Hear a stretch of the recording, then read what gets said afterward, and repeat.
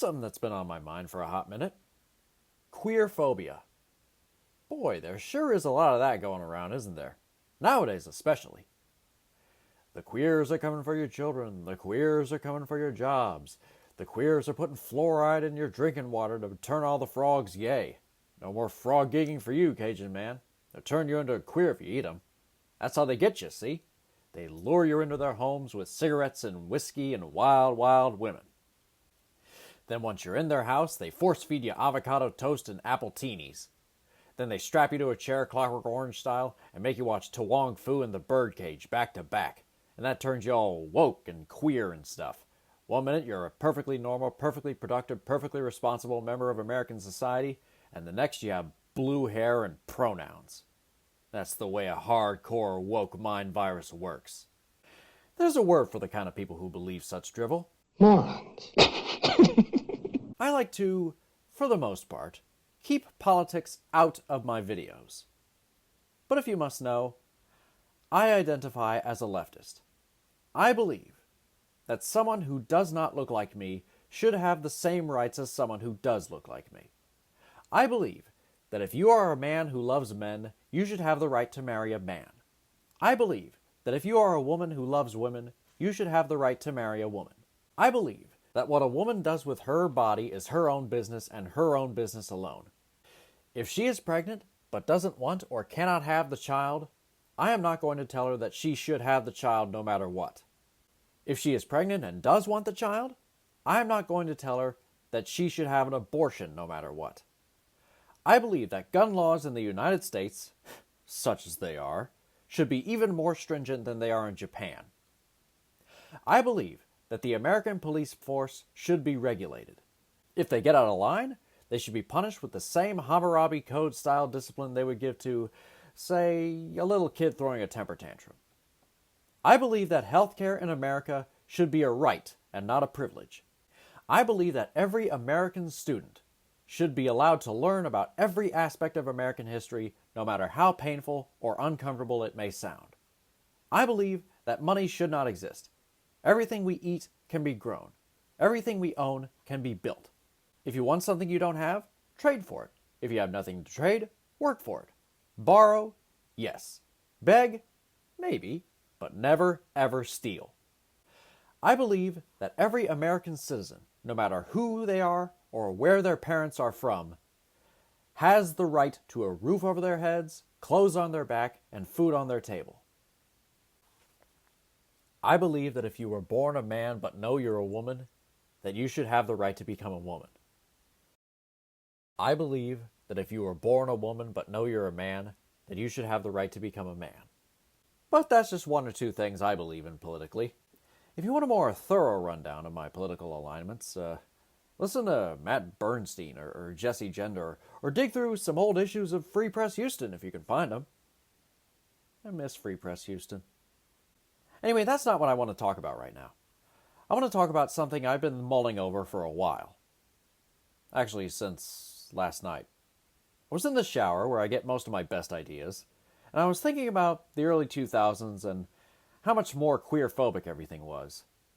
And it got me to thinking about a particularly persistent queer-phobic stereotype, one that I just now discovered has a name. Gerbilling. If you don't know what gerbilling is, first of all, oh, how I envy you, sweet, sweet summer child.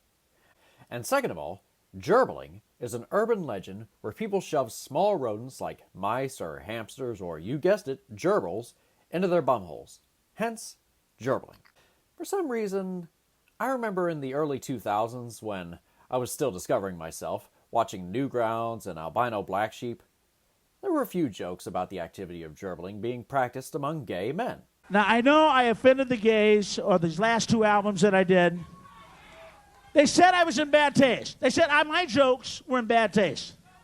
These are guys that put gerbils and hamsters up their ass.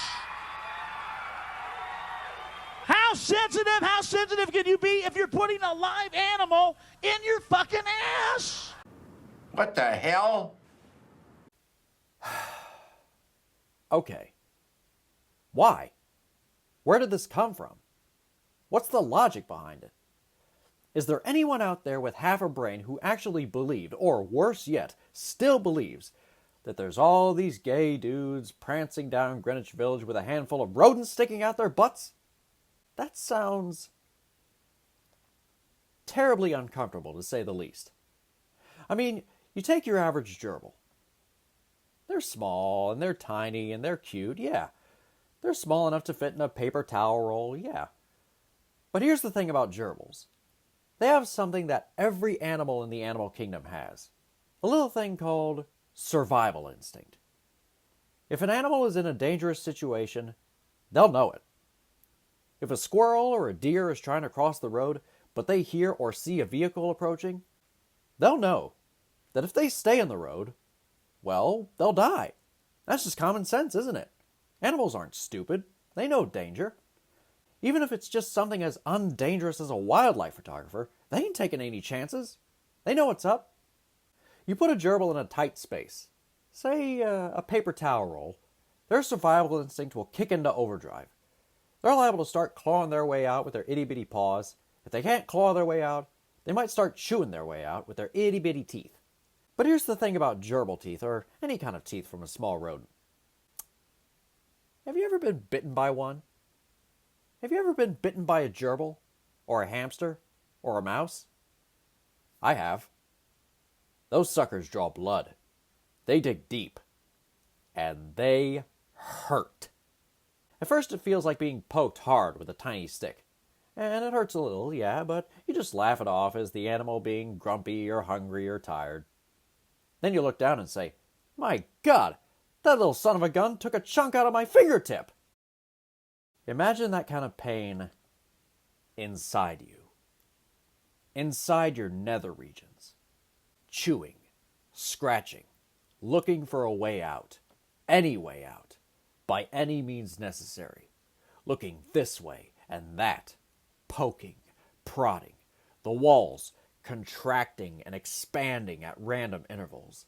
The smell. Ghastly. It's dark. They may die. But the walls are soft. Soft enough to chew through. Soft enough to scratch through. It doesn't taste good. Sure as hell fire doesn't smell good. But it's a way out. So they start digging. The walls contract with every scratch, every bite. They hear a scream, but it's distant, faint. Blood and excrement start pouring from the escape brute. They might drown, but they must escape. It's the only way. Finally, after who knows how long, the rodent has escaped their fleshy prison. Covered in blood and a half-digested burrito bowl from Chipotle, they are free. They are alive, and being alive is fantastic. Yeah, that sounds pretty stupid, doesn't it? How do these idiots sleep at night believing such dreck?